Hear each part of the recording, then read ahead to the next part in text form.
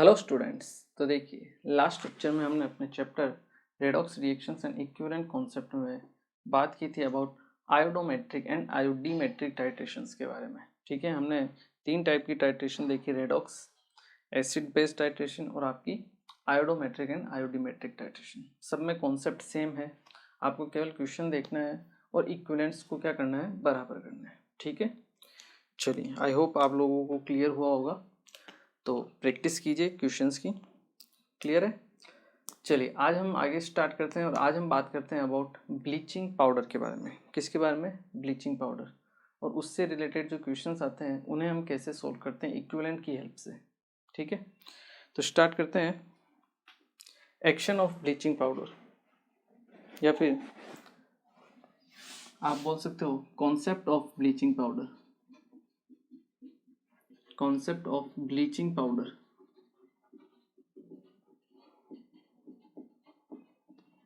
देखिए, अगर हम ब्लीचिंग पाउडर की बात करें तो ब्लीचिंग पाउडर का फॉर्मूला होता है CaOCl2। जनरल फॉर्मूले की अगर हम बात करें तो CaOCl2। ठीक है, ब्लीचिंग पाउडर में आपको पता ही होगा CaOCl और CaCl। एक तो आपके पास क्लोराइड आयन होता है जो -1 ऑक्सीडेशन स्टेट में होता है, एक हाइपोक्लोराइड आयन होता है जहां पर क्लोरीन आपका +1 ऑक्सीडेशन स्टेट में रहता है। ठीक है, चलिए, तो इसे हम बोलते हैं आपका ब्लीचिंग पाउडर। क्लियर है? तो ब्लीचिंग पाउडर की जब भी रिएक्शन आती है, जब भी कोई क्वेश्चन आता है, उसमें ब्लीचिंग पाउडर डायरेक्ट रिएक्शन नहीं करता है। ठीक है, पहले क्या होता है, ब्लीचिंग पाउडर का वाटर के अंदर हम वाटर में डिजोल्व करते हैं और इसका सस्पेंशन तैयार करते हैं। ठीक है, और उस सस्पेंशन की रिएक्शन होती है आपके किसी भी सब्सटेंस के साथ। ठीक है, तो first CaOCl2 is dissolved in water to form a suspension। एक सस्पेंशन बनाया जाता है। ठीक है, और एक रिएक्शन होती है, उससे क्या प्रोडक्ट फॉर्म होता है उसके बारे में अगर हम बात करें तो CaOCl2 जब वाटर में डिजोल्व होता है तो आपके पास बनता है कैल्शियम हाइड्रोक्साइड CaOH और साथ में बनती है आपके पास क्लोरीन। ये क्लोरीन जो होती है इसको हम बोलते हैं नेसेंट क्लोरीन। क्या बोलते हैं? Nascent chlorine. Nascent chlorine. और ये जो नेसेंट क्लोरीन होती है ये आपके ब्लीचिंग एक्शन में काम आती है। मतलब कहीं पे भी अगर आपको जैसे कपड़ों वगैरह पर वाइट जो दाग वगैरह हो जाते हैं, दाग वगैरह, उनको रिमूव कराने के लिए हम क्या करते हैं, ब्लीच करते हैं। तो ब्लीच में होता ही यही है, ये जो क्लोरीन रहती है नेसेंट क्लोरीन, वो क्या करती है, जो कलर्ड कंपाउंड्स होते हैं उनको ऑक्सीडाइज कर देती है। और ऑक्सीडाइज करने की वजह से क्या हो जाता है, उनका जो कलर होता है वो हट जाता है, कलर खत्म हो जाता है और आपका फैब्रिक आपको कैसा लगता है, वहाँ से साफ लगता है। तो ये जो ब्लीचिंग एक्शन होता है वो किसकी वजह से होता है? नेसेंट क्लोरीन की वजह से। ठीक है, नेसेंट क्लोरीन, इसे हम बोलते हैं nascent chlorine. Bleaching action, bleaching action is due to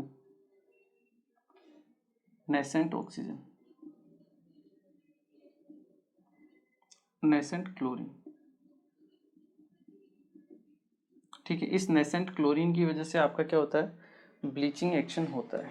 ठीक है, और इसको हम इस तरीके से भी लिखते हैं जब हम क्वेश्चंस में काम में लेते हैं तो CaOCl2 plus H2 it gives you CaOH whole twice plus Cl2।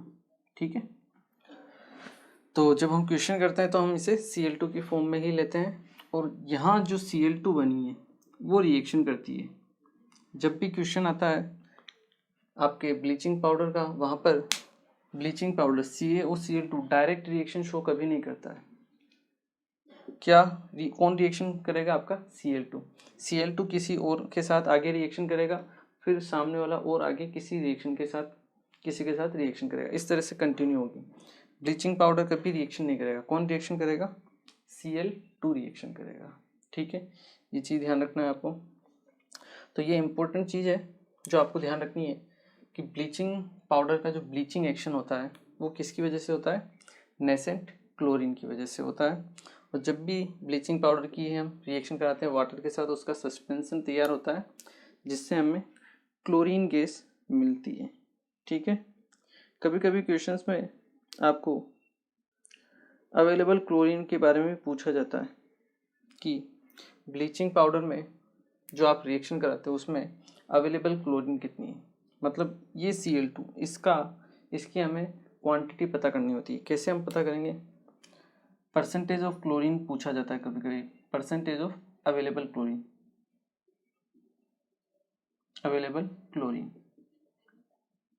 तो हम कैसे निकालेंगे, वेट ऑफ दिस Cl2, जो भी आपका वेट आएगा, divide by weight of CaOCl2 into 100।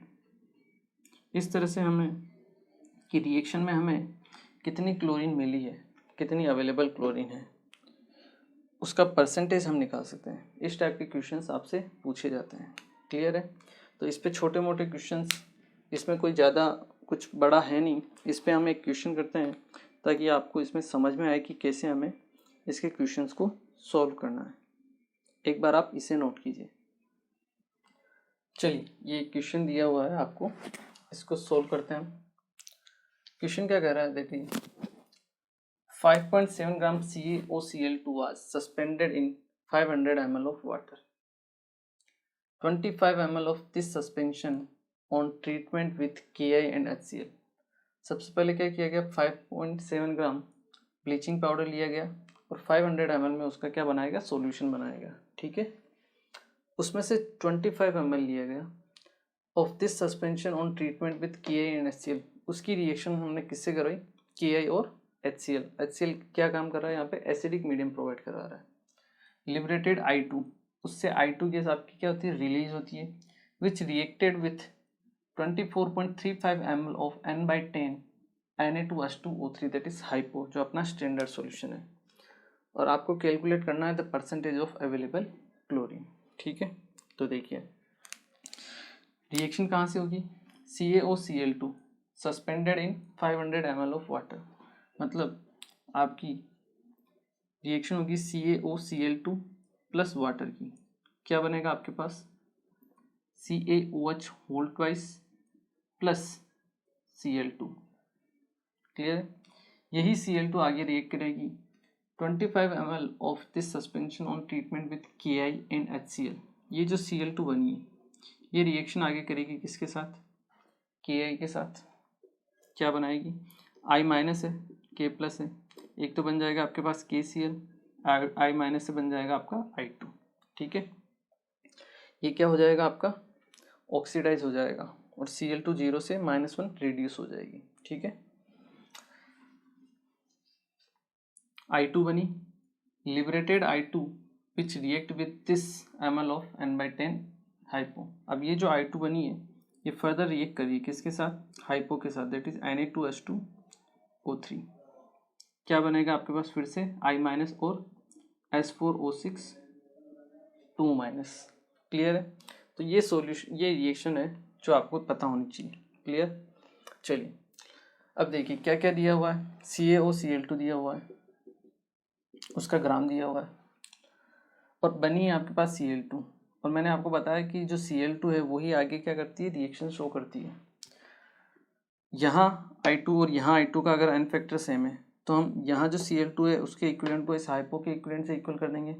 और यहाँ जो क्लोरीन है वो यहाँ से आ रही है, इसके और इसका एन फैक्टर आपका सेम हो गया, तो ये जो ब्लीचिंग पाउडर है इसको और हम हाइपो को दोनों को आपस में क्या कर सकते हैं, डायरेक्ट कनेक्ट कर सकते हैं। ठीक है, तो देखिए यहाँ अगर हम एन फैक्टर चेक करें, I2 का एन फैक्टर, I2 से I माइनस में जा रहा है, एन फैक्टर होता है 2। ठीक है, यहाँ पे भी I2 से किस में जा रहा है, I माइनस में, एन फैक्टर है 2। क्लियर है, Cl2 0 से जा रहा है -1 में, 1 का चेंज 1 इंटू 2 2, एन फैक्टर कितना है आपका 2 है। यहाँ पे भी 0 से कहाँ जा रहा है आपका -1 में, 1 का चेंज 1 इंटू 2, एन फैक्टर क्या है 2। तो देखिए एन फैक्टर यहाँ और यहाँ सेम है और यहाँ सेम है, इससे हम डायरेक्ट लिख सकते हैं, क्या लिख सकते हैं, कि equivalent of this CaOCl2 will be equal to equivalent of hypo. पहली चीज तो ये क्लियर है। अब देखिए इक्विवेलेंट ऑफ हाइपो तो यहाँ से आ जाएंगे, इक्विवेलेंट ऑफ Cl2 अपने को यहाँ से निकालना है, ठीक है। और ये चीज ध्यान रखिए 5.7 ग्राम ब्लीचिंग पाउडर आपने 500 ml में लिया है। कितने ml में? 500 ml। और उसमें से आपने 25 ml निकाला है, ठीक है। 25 ml ही क्या है, रिएक्शन शो कर रहा है आगे, ठीक है। तो यहाँ जो इक्विवेलेंट आपको मिलेंगे वो कितने ml में मिलेंगे? 25 ml में, ठीक है। उसके बाद आपको 500 ml में निकालने पड़ेंगे। कैसे? इसको मल्टीप्लाई करेंगे 20 के से, ठीक है। तो equivalent of CaCl2 in 25 ml equal to equivalent of hypo, ठीक है। निकाल लीजिए यहाँ से equivalent of CaCl2 in 25 ml equal to equivalent of hypo. Hypo के लिए क्या दिया है आपको? वॉल्यूम दिया है, ml में है। ml को आप किस में कन्वर्ट करोगे? लीटर में, क्योंकि अपने को इक्विवेलेंट चाहिए, ठीक है। फिर इंटू 1/10, तो ये आपके पास आ गया equivalent of CaOCl2 in 25 ml। अपने को चाहिए कहाँ पर? 500 ml में। तो equivalent of CaOCl2 in 500 ml that will be equal to 24.35 divide by 10,000 में लिख सकता हूँ, 1000 into 10, 10,000 into 500 divide by 25 that is 20 times हो जाएगा। 25 ml में इतना है, 1 ml में कितना होगा? दिस डिवाइड बाई 25, और 500 में कितना होगा? दिस इंटू 500, ठीक है। चलिए अब आप इसको सोल्व कर लीजिए आराम से। 25 से जाएगा 2 टाइम्स 2 0, 1 0 से 1 0 cancel, 24 into 2 that is 48.7 divide by नीचे आएगा आपका 1000। तो यहाँ से आपके पास इक्विवेलेंट आए कितने हैं? 0.0487 इक्विवेलेंट। कितने ml में? 500 ml में, क्लियर। पर अपने को क्या चाहिए? इक्विवेलेंट नहीं चाहिए, अपने को क्या चाहिए? मास चाहिए, वेट चाहिए होगा ना, क्योंकि हमें क्या निकालना? परसेंटेज निकालना है। तो परसेंटेज हम कैसे निकालते हैं? Percentage of available chlorine divide by percentage of जो भी उसका मास है, इसका मास डिवाइड बाय इसका मास इंटू 100। इसका मास अपने को पता करना है, इसका मास दिया हुआ है, इंटू 100 करना है। इसका मास निकालते हैं, तो Cl2 के अपने पास आ गया कितने इक्विवेलेंट आ गए? 0.0487, ठीक है। इक्विवेलेंट ऑफ CaOCl2, यहाँ Cl2 का हम इक्विवेलेंट निकाल रहे हैं, ठीक है ना। इसको करेक्ट कीजिए, Cl2 के इक्विवेलेंट हम निकाल रहे हैं। इक्विवेलेंट ऑफ Cl2 ये, हाँ ये जो Cl2 इसके इक्विवेलेंट हम निकाल रहे हैं, ठीक है ना। चलिए किसके इक्विवेलेंट आ गए? Cl2 के आ गए, उसका वेट निकाल लीजिए या मास ऑफ Cl2 कितना हो जाएगा? मोल से अगर आपको मास निकालना है, मोल इक्वल टू क्या होता है? Mass upon molar mass, mass upon molar mass, ठीक है। मोल आपको निकालने होते हैं, मास आपको निकालना होता है, आप मोल को मल्टीप्लाई करते हो मोलर मास से। यहाँ हमें मास निकालना है तो हम मोल की जगह किसको मल्टीप्लाई करेंगे? इक्विवेलेंट को। किससे? उसके मोलर मास से, ठीक है। और मोलर मास की जगह हम क्या काम में लेंगे? इक्विवेलेंट मास, ठीक है। तो मास हो जाएगा आपके पास 0.0487 इंटू Cl2 का equivalent mass that is molar mass upon N factor. Cl2 का मोलर मास कितना है? 71 डिवाइड बाय उसका एन फैक्टर 2। ये मास आ गया। परसेंटेज निकालना है, बिल्कुल निकाल लीजिए।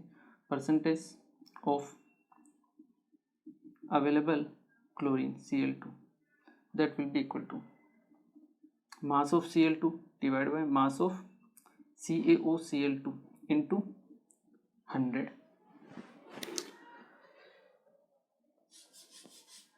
इसको मैं यहाँ आगे करता हूँ, ठीक है ना।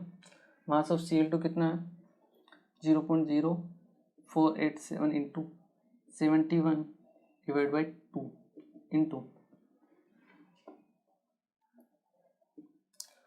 Weight of CaOCl2 5.7 gram into 100। तो यहाँ आप इसको कैलकुलेट करोगे तो आपके पास वैल्यू जो आएगी अराउंड 30% के आसपास आएगी, 30.3% के आसपास आंसर आएगा आपका। कितना 30.3% के आसपास, ठीक है। तो इस टाइप के क्वेश्चंस आपको पूछे जा सकते हैं किस में, ब्लीचिंग पाउडर के केस में। बस आपको ध्यान यही रखना है कि ब्लीचिंग पाउडर के केस में bleaching powder direct reaction show नहीं करता है। कौन रिएक्शन करेगा Cl2 से आगे की तरफ क्या होगी रिएक्शन होगी। बाकी जो कॉन्सेप्ट है इक्विवेलेंट वाला वो अपना सेम ही रहेगा जो पुराना चल रहा है वही, ठीक है। बस ये चीज़ ध्यान रखना है, क्लियर। चलिए इसे नोट कीजिए एक बार। चलिए नेक्स्ट हम बात करते हैं अपना next topic, that is volume strength of H2O2। Volume strength of H2O2।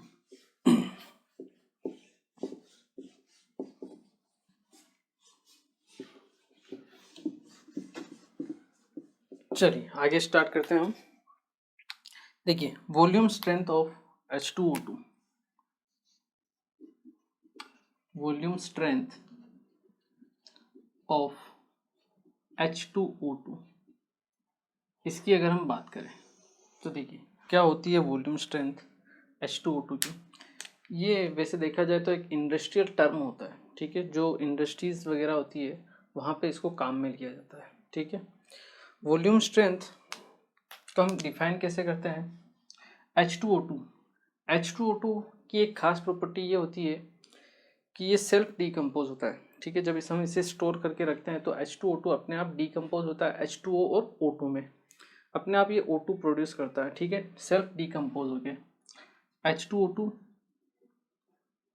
आपका डीकम्पोज होता है H2O प्लस O2 के अंदर, ठीक है। इसी प्रॉपर्टी की वजह से ये आपका इंडस्ट्रीज वगैरह में बहुत काम में आता है, ठीक है। H2O2 एक्वस फॉर्म में और O2 आपके गैसियस फॉर्म में, ठीक है। तो जब हम एक्वस को गैसियस फॉर्म से रिलेट करते हैं तो हम एक स्पेशल टर्म को यहाँ इंट्रोड्यूस करते हैं, दैट इज वॉल्यूम स्ट्रेंथ। क्या होता है वॉल्यूम स्ट्रेंथ, उसके बारे में बात करते हैं।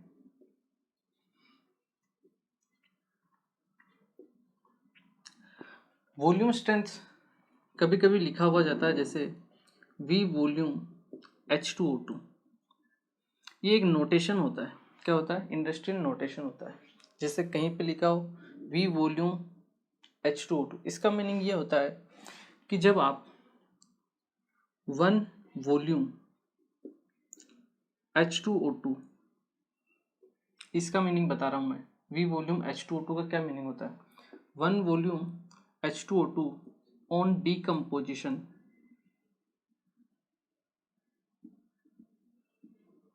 will produce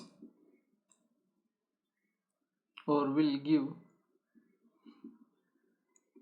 V volume O2।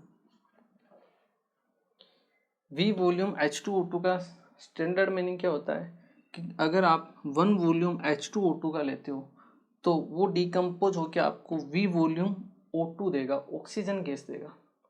ये मीनिंग होता है किसका, V वॉल्यूम H2O2 का। मतलब जैसे आपको दिया गया है एग्जाम्पल के तौर पर अगर हम देखें 20V लिख सकते हैं या फिर 20 वॉल्यूम आप लिख सकते, दोनों एक ही है। जैसे मान लो मैं यहाँ लिखता हूँ 20V H2O2 या फिर इसको मैं लिखता हूँ 20 वॉल्यूम H2O2, आपको कुछ भी लिखा हुआ मिल सकता है, ठीक है। इसका मीनिंग क्या है, इसका मीनिंग ये है कि अगर मैं 1 ml या फिर सिंपल कहूँ 1 वॉल्यूम H2O2 लेता हूँ तो ये मुझे डिकम्पोज करके 20 वॉल्यूम क्या देगा O2, ठीक है। मैं अगर 1 लीटर H2O2 लेता हूँ तो मुझे कितनी O2 मिलेगी, 20 लीटर O2 मिलेगी। अगर मैं 1 ml H2O2 लेता हूँ तो मुझे कितनी वॉल्यूम 20 ml O2 मिलेगी। ये मीनिंग होता है किसका, 20 वॉल्यूम या 20 V H2O2 का। अगर मैं 1 V H2O2 का लेता हूँ तो मुझे 20 वॉल्यूम क्या मिलेगा, ऑक्सीजन मिलेगी। ठीक है, ये मीनिंग होता है 20 V H2O2 का। क्लियर है। तो कभी भी H2O2 की कंसंट्रेशन या स्ट्रेंथ आपको बतानी है तो वो इस वॉल्यूम टर्म्स में ही बताई जाती है कि वो आपका जो H2O2 है वो कितनी O2 गैस प्रोड्यूस कर सकता है, वही क्या होती है, उसकी स्ट्रेंथ होती है। तो इसके लिए इंडस्ट्रियल पर्पज़ के लिए हम इस नोटेशन को काम में लेते हैं। ठीक है, चलिए इसको हम रिलेट भी कर सकते हैं मोलरिटी के साथ और वॉल्यूम के साथ। तो वो हम कैसे करते हैं वो मैं आपको बताता हूँ। एक चीज़ और मैं आपको बताता हूँ यहाँ पे देखिए, अगर मैं लिखता हूँ, ये आपने नोट कर लिया, अगर मैं लिखता हूँ आपके पास 20 ml H2O2, क्या लिखता हूँ 20 ml H2O2, इसका मतलब क्या है, इसका मतलब 1 ml H2O2 will produce 20 ml O2। बिल्कुल करेक्ट है? नहीं, ये बिल्कुल करेक्ट नहीं है आपका, ये करेक्ट नहीं है। ठीक है ना, 1 ml 20 ml O2 प्रोड्यूस करेगा, दिस इज टोटली रॉन्ग। ठीक है, 20 ml H2O2 का मतलब है कि आपके पास 20 ml H2O2 है। क्या, कितना H2O2 है, 20 ml H2O2 है, बात खत्म, दैट्स इट, सिंपल सी चीज़ है। डिफरेंस समझिए, जब हम लिखते हैं 20V या 20 वॉल्यूम H2O2, तब उसका मीनिंग ये होता है कि अगर आपके पास 1 वॉल्यूम H2O2 है तो आप 20 वॉल्यूम O2 प्रोड्यूस कर पाओगे। ठीक है, वॉल्यूम टर्म स्पेसिफिकली दिया गया है, ये ध्यान रखना है, V टर्म दिया है, आप इसको ml या लीटर से डायरेक्ट नहीं कनेक्ट करना है। ठीक है ना, जब वॉल्यूम लिखा हुआ हो तभी उसका मीनिंग होता है। ठीक है, कि 1 वॉल्यूम इतने वॉल्यूम O2 देगा। क्लियर है, ऐसा नहीं कि अगर मैंने 20 ml लिख दिया तो इसका मतलब ये होगा कि 1 ml 20 ml लेगा, नहीं, 20 ml का अर्थ है आपके पास 20 ml H2O2 है, सिंपल, दैट्स इट। 20V दिखाओ तब आप उसको ऐसे डिफाइन कर सकते हो। क्लियर है, नॉर्मल ml लिख दिया, लीटर लिख दिया, तब आप उसे डिफाइन नहीं कर सकते हो। क्लियर है, ये डिफरेंस समझना आपको। चलिए इसको हम कनेक्ट भी कर सकते हैं स्ट्रेंथ को मोलरिटी के साथ में, H2O2 की स्ट्रेंथ को हम मोलरिटी के साथ में कैसे और इसके वॉल्यूम को कैसे कनेक्ट करते हैं उसके बारे में बात करते हैं। एक बार आप इसे नोट कर लीजिए। क्लियर, चलिए देखो, अभी जो ये आप समझ रहे हो ना, ये बिल्कुल आपके समझने के लिए है ही नहीं।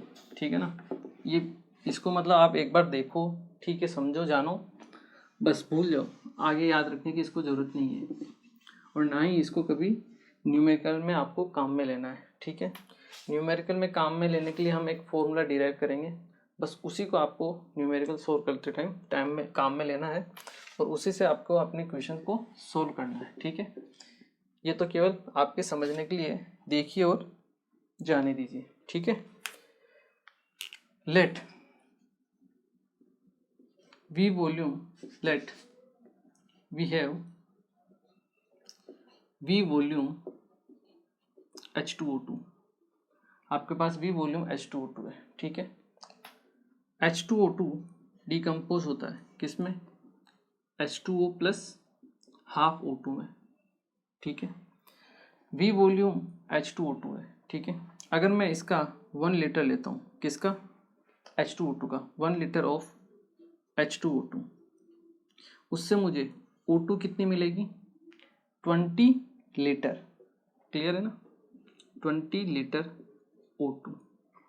V वॉल्यूम लिखा हुआ है इसलिए हम इसको डिफाइन कर रहे हैं 1 लीटर और 20 लीटर को। ठीक है, चलिए, सॉरी यहाँ 20 नहीं है, V वॉल्यूम लिया है ना, तो V लीटर आएगा, V लीटर O2 8 STP। ठीक है, ये जितनी भी वॉल्यूम हम मेजर करते हैं वो कहाँ पर करते हैं, एसटीपी पर करते हैं, standard temperature and pressure condition पर। ठीक है, तो देखिए यहाँ से हम क्या लिख सकते हैं, हमारे पास वॉल्यूम है 20 लीटर O2 का। ठीक है, एसटीपी पर कंडीशन है। क्या हम मोल्स निकाल सकते हैं O2 के?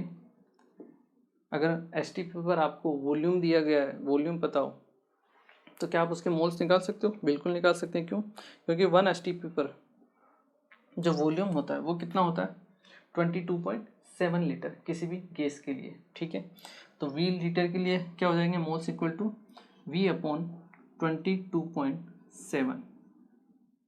ये आपके पास मोल्स हो गए। किसके हैं ये?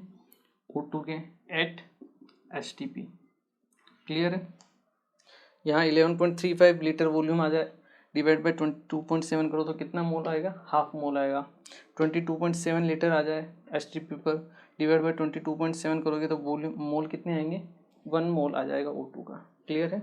आई होप क्लियर होगा ये तो। अब आपके पास देखिए इसके मोल्स आ गए O2 के। O2 के मोल से हम H2O2 के मोल्स फाइंड आउट कर सकते हैं, बिल्कुल कर सकते हैं। अगर H2O2 के मोल आ गए तो उसका वॉल्यूम दिया हुआ है आपको।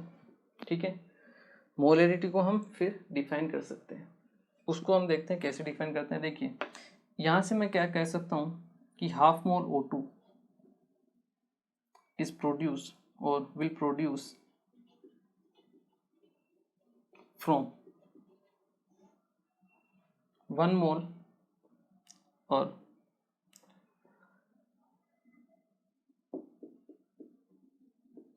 half mole O2 will produce from 1 mole of H2O2। Clear है? अगर आपको 1 मोल O2 प्रोड्यूस करनी है तो ये किस में से प्रोड्यूस होगी, 2 मोल H2O2 से प्रोड्यूस होगी। ठीक है, और आपको मोल कितने दिए हैं, V बाई 22.7 ये मोल है O2 के। O2 चाहिए तो H2O2 कितना चाहिए होगा, 2 into V upon 22.7 and that will be equal to V upon 11.35।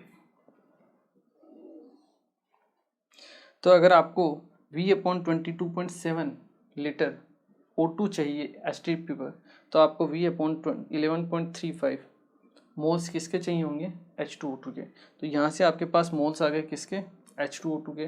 Volume H2O2 का हमने 1 लीटर लिया हुआ है। ठीक है, तो यहाँ से हम मोलरिटी को डिफाइन कर सकते हैं। मोलरिटी इक्वल टू क्या होती है, मोल्स और वॉल्यूम लीटर में। ठीक है, मोलरिटी को हम कैपिटल M से डिनोट करें, मोल्स। इसके मोल्स कितने आ गए, V upon 11.35 divide by volume कितना है, 1 लीटर। तो आपके पास मोलरिटी का एक फॉर्मूला आ गया, दैट इज V अपॉन 11.35। ये जो फॉर्मूला है ये आपको ध्यान रखना है। कभी भी आपको H2O2 की वॉल्यूम स्ट्रेंथ, H2O2 की ये जो V क्या है, वॉल्यूम स्ट्रेंथ है, ये जो हमने ली है। ठीक है, H2O2 के वॉल्यूम स्ट्रेंथ और मोलरिटी में रिलेशन डिफाइन करना है, तो M इक्वल टू क्या होगा, V अपॉन 11.35। इसी क्वेश्चन को या इसी आपको फॉर्मूले को याद रखना है। बाकी की ये जो कहानी है बिल्कुल याद नहीं रखना है, ध्यान भी नहीं देना है, कन्फ्यूजन हो गए क्वेश्चन नहीं होगा। ठीक है, समझने की एक बार देख लिया ठीक है, ज़्यादा ध्यान नहीं देना, दिमाग नहीं लगाना। जो दिमाग लगाने वाली चीज़ है वो ये है, कभी भी H2O2 की कॉन्सेंट्रेशन का वॉल्यूम स्ट्रेंथ का क्वेश्चन आए, ये फॉर्मूला निकालिए और इसी से आपको क्वेश्चन का आंसर करना है। बाकी किसी से क्वेश्चन का सॉल्यूशन नहीं करना है, क्योंकि ये चीज़ बिल्कुल भी समझ में नहीं आती है, इसलिए केवल इसी को काम में लेना है। क्लियर है? चलिए, पहली बात तो ये, कभी कभी मोलरिटी की जगह नॉर्मेलिटी भी दे देते हैं, तो हमें पता है रिलेशन नॉर्मेलिटी और मोलरिटी में क्या रिलेशन होता है, नमन। नॉर्मेलिटी इक्वल टू क्या होता है, मोलरिटी इंटू एन फैक्टर। ठीक है, नमन मैंने आपको बताया था। तो अगर नॉर्मेलिटी को डिफाइन करना है अपने को, एन इक्वल टू मोलरिटी की जगह ये रख दीजिए, V upon 11.35 into N factor. H2O2 का एन फैक्टर कितना होता है, 2 होता है। मैंने आपको बताया था कि H2O2 चाहे ऑक्सीडाइजिंग एजेंट की तरह वर्क करे या फिर रिड्यूसिंग एजेंट की तरह, उसका एन फैक्टर कितना होता है 2। तो यहाँ से volume N upon normality N upon कितना आ जाएगा, N equal to V upon 11.35 divide by 2 से इसको डिवाइड कीजिए 5 10 पॉइंट 5.67 आ जाएगा आपके पास। क्लियर है? तो ये फॉर्मूला तो आपको मैं याद रखने के लिए बोलूँगा नहीं, ठीक है, डिजिट थोड़ा सा अजीब सा है, ठीक है, ऐसे याद भी रख सकते हो 5.67 से, बट ये ध्यान रखिए m equal to V upon 11.35। Clear है? कभी कभी कहीं कहीं बुक्स पे आपको ये जो वॉल्यूम है v अपॉन 22.4 लीटर भी मिलता है, तो यहाँ पर मोलरिटी का एक और फॉर्मूला भी मिल सकता है, दैट इज v अपॉन 11.2। ठीक है, क्योंकि 1 लीटर आपके 1 मोल के लिए STP पर जो गैस का वॉल्यूम होता है वो 22 अगर हम 4 लेते हैं, कहीं कहीं आपको मिल जाएगा, ठीक है, ओल्ड नोटेशन वही था, तो अगर मिल जाए तो ये आंसर आ जाएगा, और नहीं मिलता है तो आपको इस तरीके से करना है। आपको दोनों फॉर्मूले ध्यान रखने हैं, न्यूमेरिकल में ऑप्शन के अकॉर्डिंग आपको आंसर सेट करना है। क्लियर है? चलिए, तो ये फॉर्मूला है जो मेन है, जो आपको ध्यान रखना है। क्लियर है? यहाँ आप लिख भी लेना H2O2, the n factor of H2O2, the n factor of H2O2 equal to 2। ठीक है ना, ध्यान रहेगा आपको, नहीं तो पता चलेगा 2 कहाँ से आया, सोचते रहोगे। ठीक है, चलिए इसे एक बार आप नोट कर लीजिए, फिर इससे रिलेटेड एक क्वेश्चन करते हैं। चलिए क्वेश्चन करते हैं हम इससे रिलेटेड एक, ताकि आपकी क्या हो सके, प्रैक्टिस हो सके। चलिए देखिए क्वेश्चन क्या कह रहा है उसके बारे में हम बात करते हैं। 25 ml of H2O2 solution was added to excess of acidified Ki। मतलब H2O2 की रिएक्शन आपने किसके साथ कराई, Ki के साथ। H2O2 की रिएक्शन हुई Ki के साथ।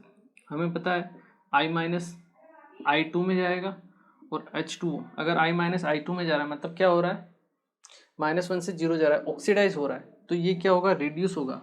-1 से कहाँ जाएगा, -2 में, दैट इज H2O में। क्लियर है?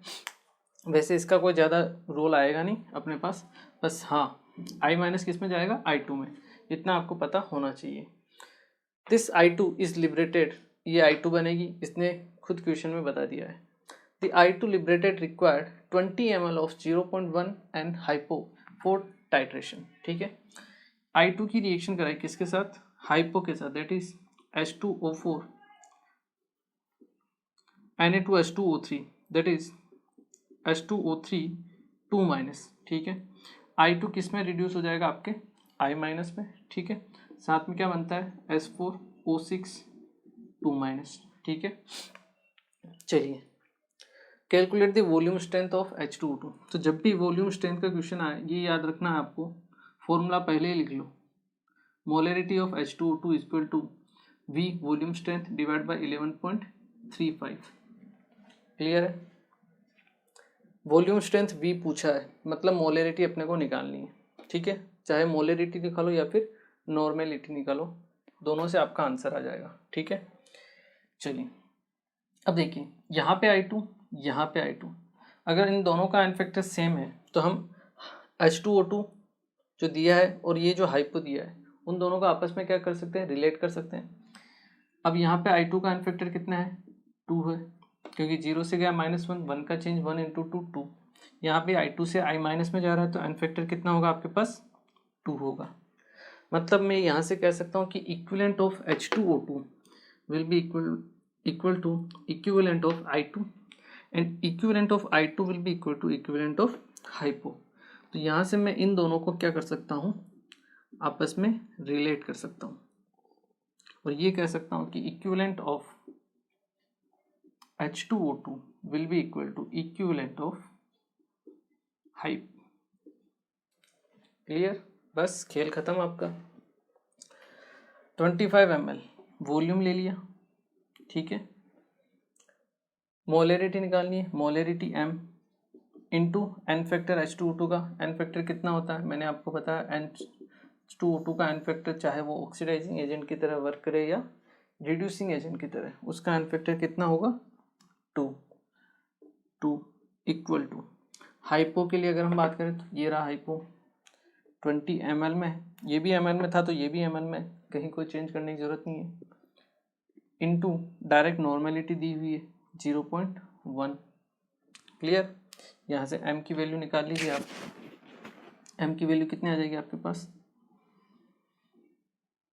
2 से जाएगा ये आपका 10 times 10 into 0.1 that is 1 divide by 25, ठीक है। 1 डिवाइड बाई 25 ये वैल्यू है किसकी, मोलरिटी m। आपको क्या निकालना है, v निकालना है। यहाँ से वैल्यू पुट कीजिए यहाँ पर, तो 1 divide by 25 will be equal to v divide by 11.35, ठीक है। यहाँ से वॉल्यूम स्ट्रेंथ आ जाएगी आपके पास, volume strength will be 11.35 divide by 25। इसको करने का सिंपल तरीका क्या है, 25 है, नीचे से 4 से डिवाइड कर दो और ऊपर 4 से मल्टीप्लाई कर दो, क्योंकि ये किस में कन्वर्ट हो जाएगा 100 में। अब 11.35 को 4 से अगर मल्टीप्लाई करेंगे तो 11 4 जा 44, 714, तो ये आएगा 45 के आसपास, 0.4 डिवाइड बाई 100, तो ये आएगा अराउंड 0.45 के आसपास वॉल्यूम स्ट्रेंथ। क्लियर है, 0.45। तो इस तरीके से हम क्या कर सकते हैं, क्वेश्चन को सॉल्व कर सकते हैं, किसी भी क्वेश्चंस को। क्लियर है, अराउंड 4-5 के आसपास आ जाएगा आंसर। कॉन्सेप्ट सबके सेम है, इक्विवेलेंट कॉन्सेप्ट में आप एक बार समझ गए क्वेश्चंस को कैसे करना है, तो उसके बाद सब किसी भी तरह का क्वेश्चन आए, आपने देखा होगा हर बार हम यही कॉन्सेप्ट अपनाते हैं कि इक्विवेलेंट को इक्वल करते हैं और आंसर निकालते हैं। अब चाहे वो रेडॉक्स रिएक्शन हो, रेडॉक्स टाइट्रेशन हो, एसिड बेस हो, आयोडोमेट्रिक हो, आयोडीमेट्रिक हो, ब्लीचिंग पाउडर का हो, या फिर आपके H2O2 का हो, सब में कॉन्सेप्ट आपका क्या लगता है, सेम ही लगता है। क्लियर है, चलिए इसको एक बार आप नोट कर लीजिए। तो आज के लेक्चर में हमने बेसिकली बात की एक तो ब्लीचिंग एजेंट के बारे में, जो आपको ध्यान रखना है कि उसमें जो ब्लीचिंग एक्शन होता है वो Cl2 के जरिए होता है, ठीक है। नेसेंट ऑक्सीजन जो होती है वो आपके ब्लीचिंग एजेंट का वर्क करती है, और जो Cl2 होती है वो आगे की तरफ क्या है, रिएक्शन शो करती है, ठीक है। कभी भी आपका ब्लीचिंग एजेंट डायरेक्ट रिएक्शन नहीं करता है, ये चीज़ ध्यान रखिए। उसके बाद हमने बात की H2O2 ऑक्सीडाइजिंग एजेंट या फिर रिड्यूसिंग एजेंट, दोनों की तरह वर्क करता है, सेल्फ डिकम्पोज होता है H2O प्लस O2 में, इसलिए हम एक नोटेशन यूज़ करते हैं इसके लिए, दैट इज़ वॉल्यूम स्ट्रेंथ, ठीक है। क्या होता है मैंने आपको एक्सप्लेन किया है, उस तरफ ज़्यादा दिमाग लगाने की ज़रूरत नहीं है। क्लियर है, कन्फ्यूजन होता है, आपको नहीं सबको होता है, ठीक है। तो उस तरफ दिमाग लगाने की ज़रूरत नहीं है, जो फॉर्मूला दिया गया है उसकी तरफ जाइए और उसी से आपको क्वेश्चंस को सोल्व करना है। क्लियर है, चलिए आज के लेक्चर को हम यहीं फिनिश करते हैं और फिर हम आगे की बात करेंगे अपने नेक्स्ट लेक्चर में, ठीक है। तो मिलते हैं फिर next lecture. Thank you very much.